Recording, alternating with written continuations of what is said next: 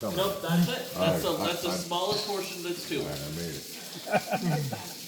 Yeah, this is actually our turnaround point. I told you, we're only going in like 250 feet, not even a full football field, but man, it's been impressive, hasn't it? Yeah. Hey, you guys can line up behind me, that's fine. Call the park, ask for Ranger Air. Desperately trying to kill time. What?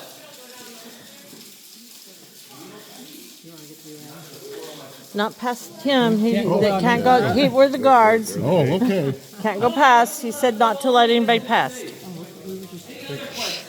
No. Yeah,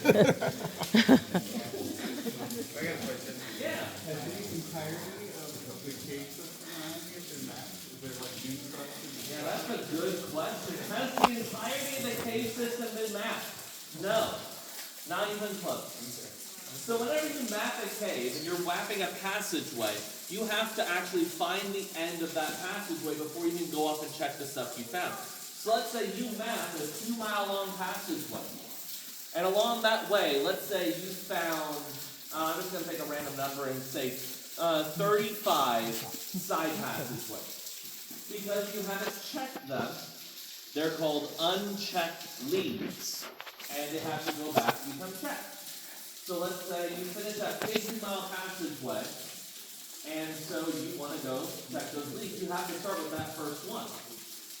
And you go down that first lead, and you have to go all the way down to the end of that lead, marking all the unchecked leads along it before you can go back and then check that next one. And so it's just kind of exponential. You're just finding more and more places for you to check. Now, half those times you poke your head in, they go 5 feet and they dead end. But sometimes we've had unchecked leads that lead on to 35 plus miles of cave. And sometimes connecting multiple caves together that then might add up to a connection of over 100 or 200 miles. So we divide up our caves to make it simpler to understand into quadrants. And I think there's like 30 plus quadrants. And each of those quadrants has a binder of all the unchecked leads. And if I were to stack up all those binders together of all the unchecked leads, they're about this tall. All right, what's your follow-up question? Who gets to explore the new parts, and do they get to camp in here? Like 35 miles is a long. Yeah, absolutely. You're right. You're right. It really is. Just the thing is, though, remember that's like a giant spaghetti. So there might be 35 miles worth of cave, but if you were just going in a straight line to the furthest point, it could be only 5 miles. Because it's all kind of spreading out like a tree. Like sort of like if I were to take all the blood vessels in your body and stretch them out end to end, not only would it kill you, but it would go halfway to the middle. And they don't camp down here because, again, you're never really that far from the end. You have about 29 entrances in the Mammoth Cave, and really the furthest I've ever heard of someone going into the cave is about 19 hours one way. And so they might stay a night back there. But we really don't do multi-day camps in Mammoth Cave, unlike the caves out there. Okay. Question up back here? Well, I was just going to say, if this is 260 feet, what's the deepest portion of the Mammoth Cave? So we're not 260 feet down, we're 260 feet in. Oh, okay. Right now we're about 120 feet down. And we really didn't feel like we went that far enough because the hill went up above us. The deepest place in Mammoth Cave is about 415 feet down, and it's a place called the Golden Triangle, and it's down in Flint Ridge section of Mammoth Cave.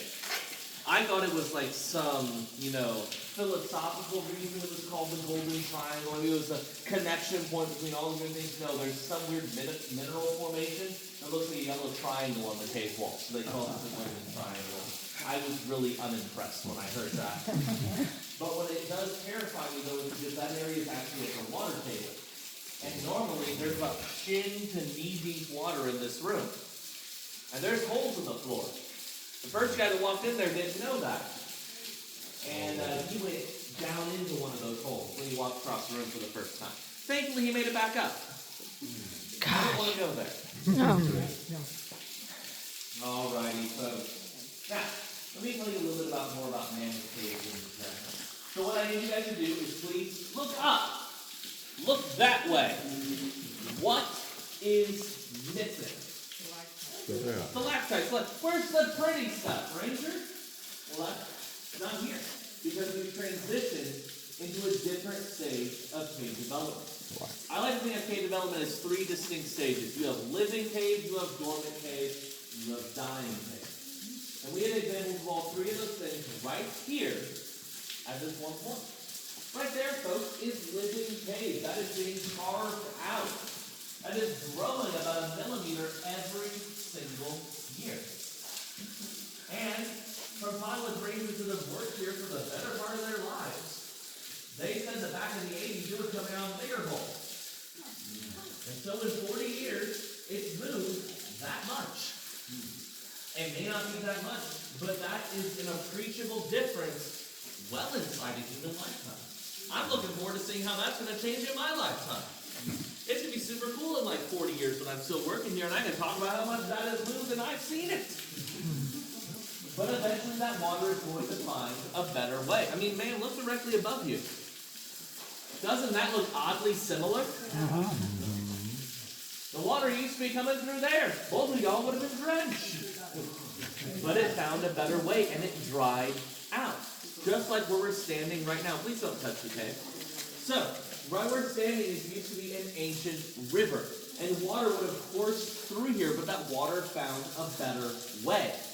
And when it did, just like your mud puddles after a rain at home, they cracked when they dried out.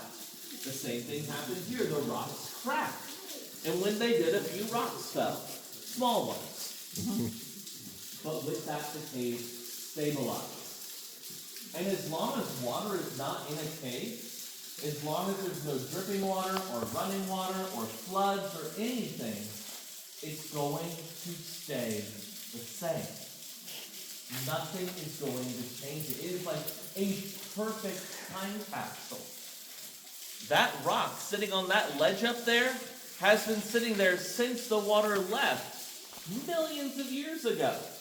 And nothing has moved it. No human has ever touched that. And it will stay there until that third stage comes creeping in. That third stage that we just walked through. Think of the size of this passageway, folks. It got a lot bigger once the cave dried out, didn't it? The reason why is those stalactite columns, drapery, flowstone, cave bacon, popcorn, all of that stuff, it's filling the cave back in. It's returning it to the solid rock. And one day that will be completely sealed off. I could see, tourists coming here, let's say about another 5,000 to 10,000 years. Coming here on tours with myself and Ranger Dave, and we'll be coming down through the Shower Bath Springs entrance. There'll be a big spiral staircase coming right down to the ceiling right there. And I'll have a group of future humans standing right here, and I'll say, folks, you might not believe it, but that solid rock wall there, it didn't used to be there. I used to lead tours through that solid rock, but the cave sealed itself back in. And we can't get through there anymore. And that's going to keep happening. As the sandstone above us is worn away, these formations, the dripping water that makes them, will slowly creep back into Mammoth Cave.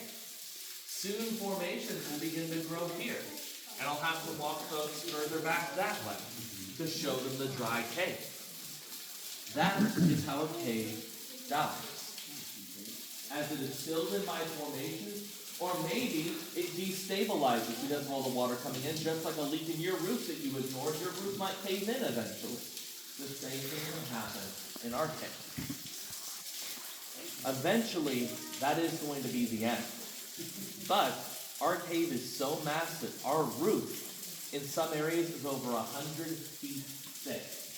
And so if you were to stand in the middle of Mammoth Cave, far away from any of those edges, it's going to take a very long time for Mammoth Cave to ever be filled back in.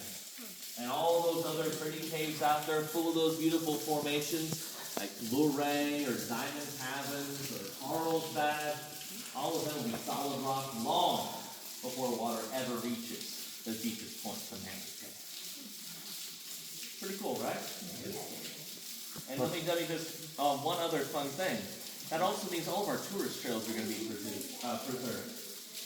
All of our handrails, all of our concrete, all of our electric lights. So if something ever happens to us, we're really going to confuse whoever comes after. All right, so who would you guys like to have a little bonus side trip on this tour today? Yeah, don't come